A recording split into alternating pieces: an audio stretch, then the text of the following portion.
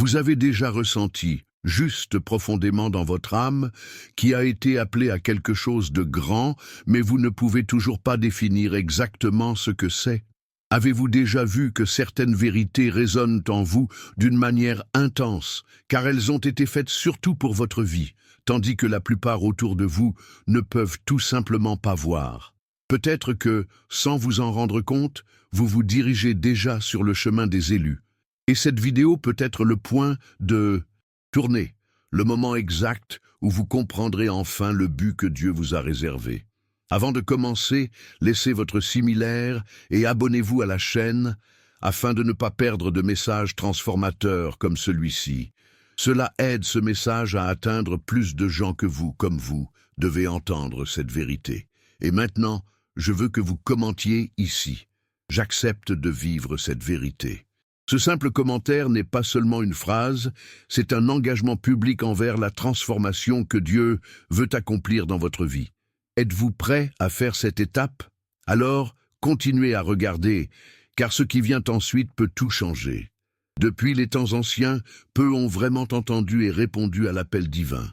Beaucoup écoutent, mais peu comprennent.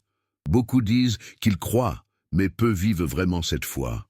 Ce qui fait de quelqu'un un choisi n'est pas sa perfection, mais sa volonté de se rendre complètement au but que Dieu a désigné. Être choisi signifie porter un feu inextinguable dans le cœur, une agitation que le monde ne peut pas satisfaire. C'est un appel à quelque chose de plus grand, une mission qui transcende l'existence commune et nécessite une livraison totale. Avez-vous déjà senti que vous êtes né de quelque chose au-delà de ce que vos yeux peuvent voir? Peut-être sans le savoir, vous avez déjà été marqué pour ce voyage. Mais cet appel n'est pas pour les faibles d'esprit. Il a besoin que le courage de marcher contre la marée, de renoncer à ce qui passe et d'embrasser ce qui est éternel. Ceux qui sont choisis font face à des essais intenses, car l'or ne devient pur que lorsqu'il passe par le feu. Être choisi ne signifie pas une vie facile, mais une vie avec un but. Les défis ne sont pas des obstacles, mais la formation. Les douleurs ne sont pas une punition, mais des préparations. Dieu façonne ceux qui l'appellent, et seuls ceux qui soutiennent ce processus comprennent la véritable valeur de ce choix. Êtes-vous prêt à payer le prix pour vivre cet appel? Si votre âme résonne avec ce message, sachez, vous n'êtes pas ici par hasard. Le monde est plein de distractions, d'illusions et de raccourcis qui détournent le vrai chemin. Mais ceux qui ont été choisis se sentent, dans le plus profond de leur être, qu'il y a quelque chose de plus. Un objectif plus élevé, une mission qui nécessite l'action et l'engagement. Maintenant, la question est, êtes-vous prêt à répondre à cet appel et à devenir ce que Dieu a toujours voulu que vous soyez? Parmi tous les mots déjà prononcés dans l'histoire de l'humanité, il y a une vérité qui se démarque comme le plus puissant et le plus transformateur de tous, le plus grand commandement. Lorsque Jésus a été demandé quelle était la loi suprême, il n'a pas hésité à répondre. Aimez Dieu avant tout et aux autres pour vous-même. Ce n'est pas seulement un enseignement, mais la clé d'une vie pleine, un véritable lien avec le Créateur et pour la vraie paix intérieure. Cependant, beaucoup ne comprennent pas la profondeur de cette vérité. Aimer Dieu, ce n'est pas seulement aller dans une église, lire les Écritures ou faire des prières vides. C'est une reddition totale, une soumission de cœur, d'âme et d'esprit. Mais pourquoi ce commandement est-il si difficile à vivre? Parce qu'il faut que nous réservions l'égoïsme, les ambitions personnelles et les désirs terrestres de se connecter avec quelque chose de plus grand que nous-mêmes. Aimer Dieu signifie faire confiance, même lorsque nous ne comprenons pas. Cela signifie obéir, même lorsque nous ne voulons pas. Et surtout, cela signifie refléter cet amour dans le monde, jouer des vies, guérir les cœurs et étaler la lumière là où il y a des ténèbres. Le véritable amour n'est pas passif, mais actif. Cela nécessite le mouvement, la décision, l'action. Ceux qui aiment vraiment non seulement ressentent, mais démontrent, avec des attitudes qui parlent plus fort que les mots. S'il y a quelque chose qui peut changer complètement votre vie, c'est cette vérité. Lorsque vous apprenez à vivre ce commandement, tout change. Ces douleurs trouvent le but, ses difficultés deviennent des moyens de croissance, et son âme trouve le repos. L'amour de Dieu est transformateur, réparateur et libérateur, mais il ne peut fonctionner pleinement dans la vie de ceux qui choisissent de le vivre intensément et vrai. Êtes-vous prêt à aimer de cette façon? Nous vivons dans un monde où les mots ont perdu du poids. Il est facile de dire « je t'aime »,« je pardonne »,« je crois en Dieu ». Mais combien vivent vraiment ces mots? Aimer en action signifie aller au-delà du discours, signifie transformer la conviction en comportement, foi en attitude, promesse en engagement. Le véritable amour n'est pas seulement ce qui est parlé, mais ce qui est fait. Et c'est exactement pourquoi peu comprennent vraiment la profondeur de ce que signifie vraiment aimer. Quand nous regardons Jésus, nous voyons un amour qui ne se limitait pas aux mots. Il a touché les lépreux, pardonné des pécheurs, a pleuré avec ceux qui ont souffert et ont donné sa propre vie pour ceux qui l'ont rejeté. C'est le modèle. C'est l'amour qui se transforme. Mais avons-nous vécu cet amour? Ou juste parler de lui? Beaucoup disent qu'ils suivent le Christ, mais ils refusent de pardonner. Ils n'aident que lorsqu'ils sont appropriés et choisissent ceux qui aiment.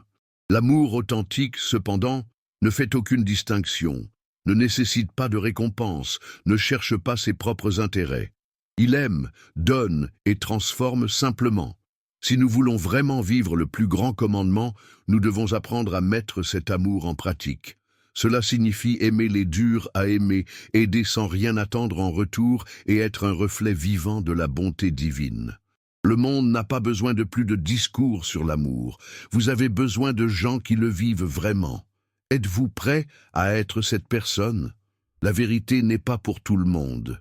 Non pas parce que Dieu exclut, mais parce que tout le monde n'est pas disposé à le recevoir. Jésus lui-même a averti que beaucoup entendraient ces paroles, mais peu les comprendraient vraiment. Les élus ne sont pas ceux qui sont nés dans des conditions privilégiées ou qui n'ont jamais fait d'erreur dans la vie, mais ceux qui ont un cœur assoiffé pour la vérité, même lorsque cette vérité nécessite une transformation. Ceux qui ont été appelés ressentent quelque chose de différent en eux-mêmes, une agitation, une recherche qui n'éteint pas avec les réponses du monde.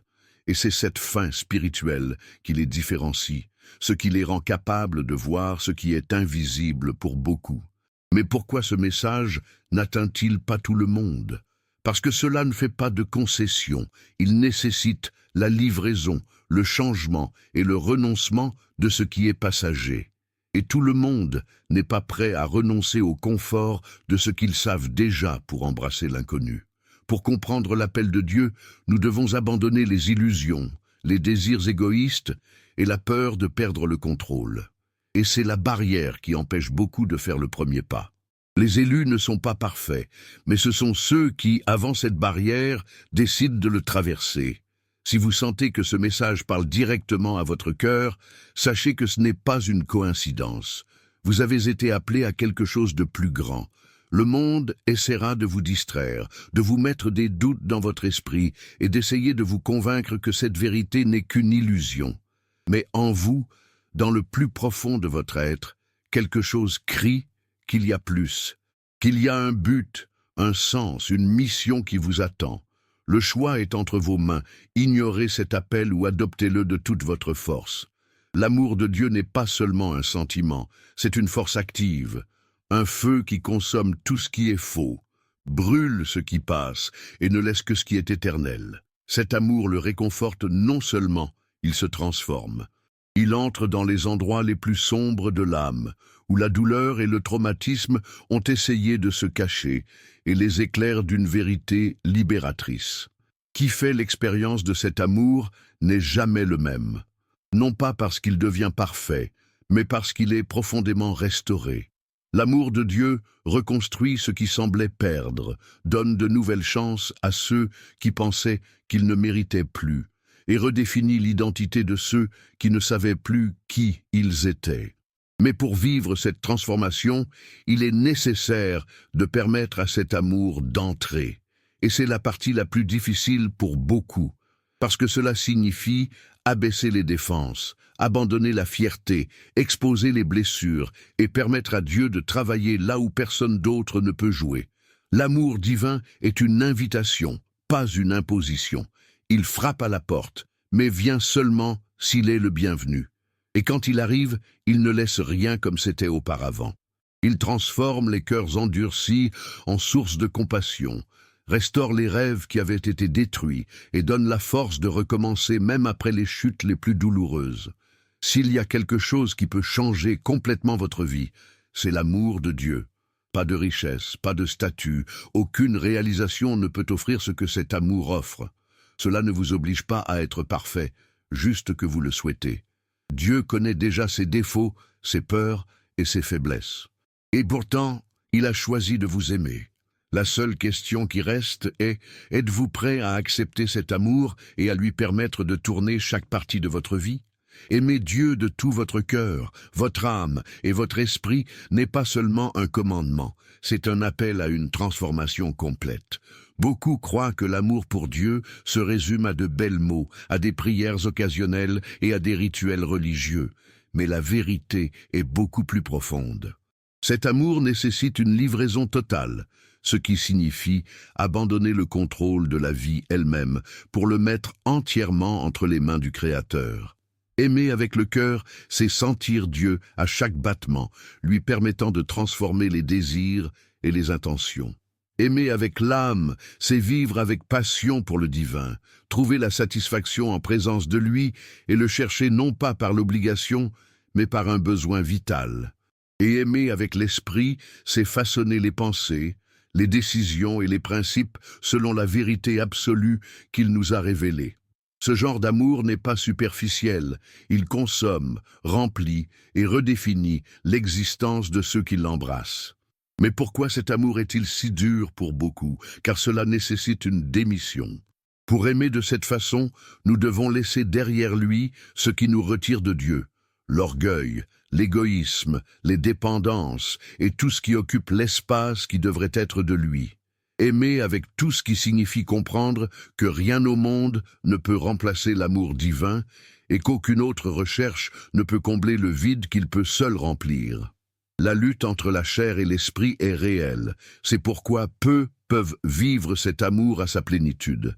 La plupart veulent un amour qui ne demande rien en retour, mais le véritable amour nécessite tout, et en même temps revient plus que nous ne pourrions l'imaginer. Lorsque nous apprenons à aimer avec cette intensité, tout ce qui nous entoure change. Les priorités changent, les valeurs sont redéfinies, et la vie n'est plus guidée par ce qui passe à mener par ce qui est éternel. Cet amour transforme non seulement l'individu, mais se propage, atteignant et impactant tout le monde autour de lui. Qui aime cette façon devient un reflet vivant de Dieu dans le monde, un canal de sa grâce et de sa gentillesse. Mais cet amour ne peut pas simplement être une théorie ou une émotion momentanée, elle doit être vécue. Et c'est la question qui reste. Êtes-vous prêt à aimer Dieu avec tout ce que vous êtes? Nous vivons dans les moments où l'amour est devenu un mot trivial, utilisé avec superficialité et vide de sens réel. Aimer les autres n'a jamais été aussi difficile que ces jours-ci. Le monde est immergé dans la haine, la division, l'égoïsme et une froideur qui détruit les liens et durcit les cœurs. Cependant, c'est exactement dans ce scénario que nous sommes appelés à agir contraire. Aimer les autres signifie aller à l'encontre de l'actuel, remettre en question la logique du monde et démontrer la compassion là où il n'y a qu'une indifférence. Mais vraiment, aimer n'est pas facile. Cela nécessite des efforts, de la patience et surtout de la décision de voir les gens comme Dieu les voit. Non pas pour ce qu'ils ont fait ou n'ont pas fait, mais pour la valeur qu'ils ont comme création. Aimer les autres ne signifie pas seulement être gentil avec ceux qui sont gentils avec nous. Le véritable amour se manifeste lorsque nous choisissons de pardonner à ceux qui nous ont blessés, lorsque nous étendons notre main à ceux qui nous ont rejetés, et quand nous montrons la bonté même sans rien recevoir en retour. Jésus nous a appris que l'amour n'est pas un sentiment de passage, mais un engagement quotidien. Il aimait les marginalisés, les méprisés, ceux qui étaient considérés comme indignes, et il nous a appelés pour faire de même. Mais comment aimer qui nous fait mal? Comment démontrer la compassion dans un monde qui nous apprend à riposter? La réponse est en Christ lui-même. Il nous aimait d'abord, alors que nous étions encore imparfaits. Si nous comprenons cet amour, nous pourrons le transmettre. Le défi d'aimer les autres va au-delà des actes de gentillesse isolés. C'est un style de vie, une façon de voir le monde. Aimer signifie sacrifier la fierté, placer les besoins de l'autre au-dessus de son propre confort et être un agent de transformation au milieu du chaos.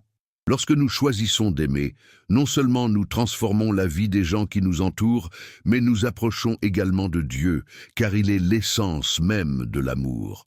Dans un monde qui enseigne à la haine, pardonner devient un acte révolutionnaire, et l'amour devient une arme contre l'obscurité. Êtes-vous prêt à accepter ce défi? Il y a une douleur si profonde qu'aucun médicament, thérapie ou conseil humain ne peut guérir. Il y a des blessures dans l'âme que même le temps ne peut pas effacer. La vérité est que beaucoup portent des cicatrices invisibles, vivant avec un poids qu'ils ne peuvent partager avec personne. Les peines, les refus, les traumatismes et les pertes s'accumulent, et le monde n'enseigne qu'à les ignorer ou à prétendre qu'ils n'existent pas. Mais Dieu n'ignore pas la douleur.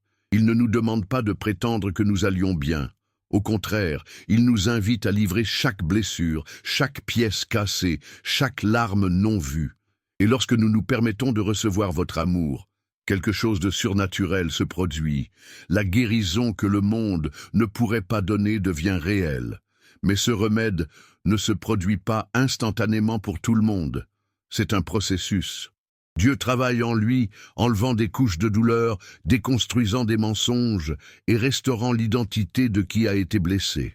Beaucoup résistent à la guérison parce qu'ils ont peur de revisiter les vieilles blessures. Cependant, ignorer la douleur ne l'élimine pas, ne l'enterre que. Dieu veut guérir, mais il a besoin de nous pour être guéri. Cela signifie faire confiance, abandonner et abandonner le contrôle. La guérison commence lorsque nous cessons de prétendre que nous sommes assez forts pour faire face à tout seul et reconnaissons que ce n'est qu'en lui que nous trouvons le vrai repos. Lorsque Dieu guérit, il élimine non seulement la douleur, il donne un nouveau but. Les blessures qui étaient autrefois des sources de souffrance deviennent des témoignages vivants de surmonter. Ceux qui ont été brisés et restaurés deviennent des instruments pour guérir les autres. Rien n'est gaspillé entre les mains de Dieu. Chaque déchirure qui a été renversée, chaque douleur qui semblait insupportable peut être transformée en quelque chose de grand. L'amour de Dieu, ne mesurant pas seulement ce qui a été brisé, il reflète tout encore plus beau. S'il y a une douleur en vous qui semble impossible à guérir, rappelez-vous, Dieu se spécialise dans l'impossible. Êtes-vous prêt à faire confiance à cette guérison? Être le reflet de l'amour de Dieu ne signifie pas être parfait, mais signifie vivre pour que les gens autour de vous voient quelque chose de différent en vous. Dans un monde plein de haine, un véritable amour devient une marque rare. Quand quelqu'un est vraiment transformé par Dieu, ce changement devient évident. Il n'est pas nécessaire de dire que vous avez la foi. Votre vie est chargée de le démontrer. Mais comment vivre pour que les gens voient Dieu en vous? Tout commence dans la façon dont nous traitons les autres, comment nous réagissons aux défis et comment nous choisissons de démontrer la compassion, même si ce n'est pas pratique. Réfléchir l'amour de Dieu nécessite une cohérence. Il ne sert à rien de parler de l'amour et de vivre une vie motivée par la fierté et l'indifférence. La vraie réflexion de Dieu est celle qui pardonne, qui étend sa main, qui offre la grâce même lorsqu'elle n'est pas méritée. Aimer de cette façon est un défi quotidien, mais c'est aussi le plus grand témoignage que nous pouvons donner. Le monde n'a pas besoin de plus de discours religieux, il a besoin d'exemples vivants de ce que signifie être transformé par l'amour divin. Si nous voulons être des réflexions de Dieu, nous devons lui permettre de façonner nos vies. Nous devons laisser votre amour nous remplir, nous guider et nous faire. Lorsque cela se produit, il n'y a pas d'obscurité qui résiste. L'amour de Dieu brillera toujours plus fort. La vie est marquée par des tempêtes. Ils arrivent sans avertissement, renversant ce qui semblait solide et testant la résistance de tout ce qui nous entoure. Beaucoup croient que la foi en Dieu signifie l'absence de difficultés, mais c'est une illusion. La vraie foi n'empêche pas les tempêtes, mais nous maintient debout au milieu d'eux. Qui construit sa vie sur des fondations fragiles s'effondrer avant la première rafale de vent, mais ceux qui ont leurs racines en Dieu restent inébranlables. Cela ne signifie pas qu'ils ne ressentent pas la peur, la douleur ou l'incertitude, mais cela signifie qu'ils savent à qui ils ont confiance. La différence entre ceux qui succombent et ceux qui surmontent l'adversité sont dans ce qui soutient leur âme. Si votre foi est dans des circonstances favorables, vous serez ébranlés. Mais si votre foi est en Dieu, le chaos ne peut pas non plus le détruire. Cependant, garder la foi ferme lorsque tout semble s'effondrer n'est pas facile. Lorsque les prières ne semblent pas répondre, lorsque la douleur devient insupportable et quand il semble qu'il n'y ait aucune issue, le doute essaie de s'infiltrer. Et c'est là que la vraie preuve se produit. Dieu n'a jamais promis de voyage sans difficulté, mais a promis qu'il serait avec nous dans chacun d'eux. La foi ne croit que lorsque tout va bien. La foi est de continuer à faire confiance même lorsque tout semble perdu. C'est au milieu de la tempête que nous avons appris à dépendre complètement de Dieu, que nous constatons que nous ne sommes pas en contrôle, mais qu'il l'est. Quand nous regardons en arrière, nous réalisons que les tempêtes auxquelles nous sommes confrontés n'étaient pas la fin, mais le début de quelque chose de plus grand. Ils nous ont façonnés, nous ont renforcés et nous ont appris qu'il y a un but même dans la douleur. Et lorsque nous sortons de l'autre côté, plus forts et plus fermes, nous réalisons que notre foi n'a pas seulement été testée, mais raffinée en or dans le feu. Si vous faites face à une tempête aujourd'hui, rappelez-vous, cela ne vous est pas venu pour vous détruire, mais pour révéler la force de votre foi. Le vent peut souffler, la pluie peut tomber, mais si votre confiance est en Dieu, vous vous lancerez. Le monde s'effondre, les conflits, la haine, l'égoïsme et la corruption ont pris tout ce qui nous entoure. Au milieu de ce chaos, beaucoup se demandent « Où est Dieu ?» Mais la bonne question n'est pas cela. Dieu n'a jamais été absent, n'a jamais cessé d'agir. La vraie question est « Où sont ceux qui ont été appelés à être légers au milieu de l'obscurité ?» Les élus n'ont pas été appelés à exister, mais à se transformer. Dieu a toujours utilisé des gens pour changer le monde. Et aujourd'hui, cet appel est sur ceux qui ont le courage de vivre la vérité, même lorsque tout le conspire contre cela. Mais quel est le rôle des élus? Ils ne sont pas là pour vivre une vie de commodité, mais pour faire une différence. Ils ne sont pas là pour se conformer au mal, mais pour y faire face à la lumière de la vérité. Les élus sont ceux qui n'acceptent pas de voir la souffrance sans agir, qui ne sont pas silencieux face à l'injustice et qui ne sont pas corrompus par le système du monde. Ce sont des messagers, des agents de transformation, des porteurs d'espoir divin. Et pour remplir ce rôle, ils doivent être disposés à payer le prix. Être choisi signifie porter un poids. Cela signifie faire face à la résistance, au rejet et souvent à la solitude. Mais cela signifie également vivre une vie avec un but, sachant que chaque action a un impact éternel. Chaque mot d'encouragement, chaque geste de gentillesse et chaque attitude de foi plantent des graines qui porteront un jour des fruits. Le monde n'a pas besoin de discours plus vides. Vous avez besoin d'exemples vivants. Et c'est ce que les élus sont appelés à être. Si vous ressentez cet appel en vous, ne l'ignorez pas. Vous n'êtes pas ici par hasard. Dieu vous a placé dans le bon moment et le bon endroit pour réaliser une mission que vous seul pouvez accomplir. Après tout, lorsque les réalisations, les richesses et le statut de ce monde se dissoudront, une seule chose restera, l'amour que nous choisissons de vivre. Le plus grand commandement que Jésus nous a donné n'est pas seulement une directive spirituelle, c'est le véritable but de l'existence. Aimer Dieu de tous nos cœurs, notre âme et notre esprit, et aimer notre prochain comme nous-mêmes, n'est pas seulement une règle, mais l'essence de ce que signifie vivre pleinement. Cet amour ne peut pas être théorique, il ne peut pas être superficiel, et encore moins limité à la commodité. Ce doit être un héritage, quelque chose que nous transcendons, quelque chose que nous laissons derrière nous lorsque nous partons de ce monde. Mais comment construire cet héritage ? Il n'est pas fait de grandes actions ou de reconnaissance publique, mais de petites actions quotidiennes. Chaque fois que nous choisissons de pardonner au lieu de stocker une rancune, nous laissons un héritage.